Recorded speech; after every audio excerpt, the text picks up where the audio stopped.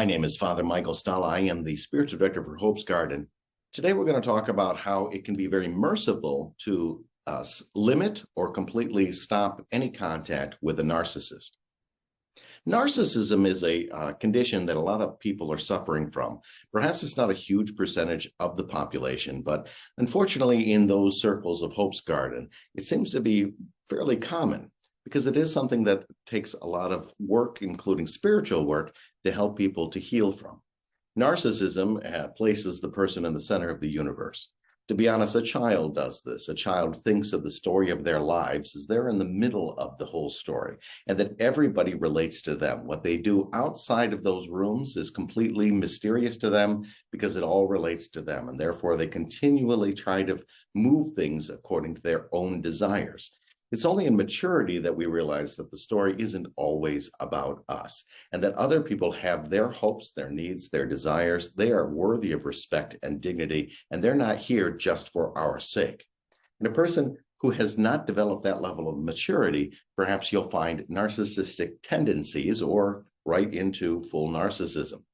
And if that is the case, they're losing with every day that they continue down this path, they're losing the ability to see the needs and respect the integrity and dignity of the other person.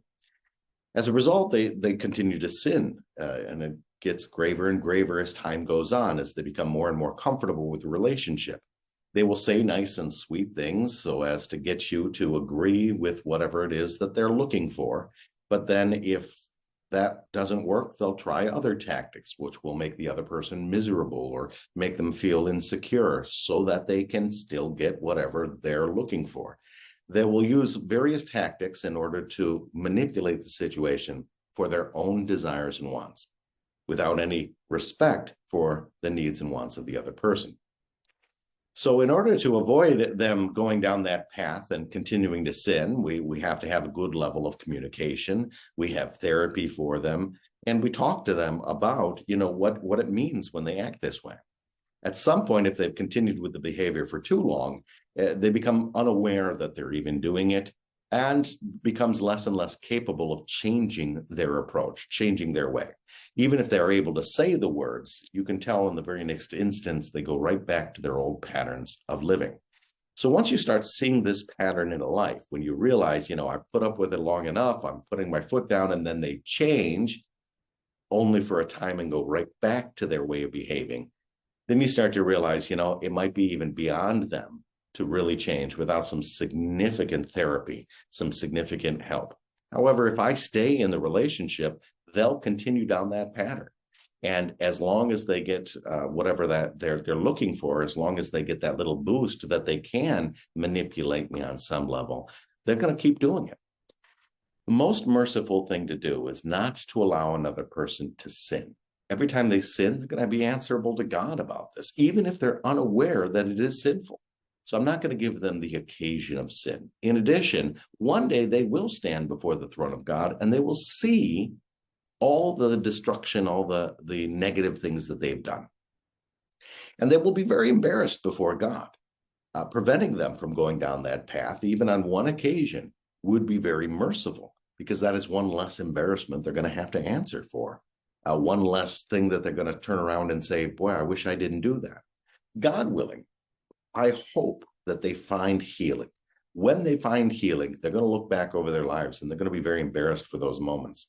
Let's try to avoid creating more opportunities for them to make those mistakes. It isn't putting the blame on you. You are not the one doing it. So you can't say, well, because I stayed in the marriage, they continued doing this. It's not your fault. But you do have a right and sometimes a merciful responsibility to say, I can step away from this. It's not being selfish to say, I'm going to step away from somebody acting narcissistic. It's not sinful for you to say, I've made a promise to be committed to you, but not to you behaving in this way.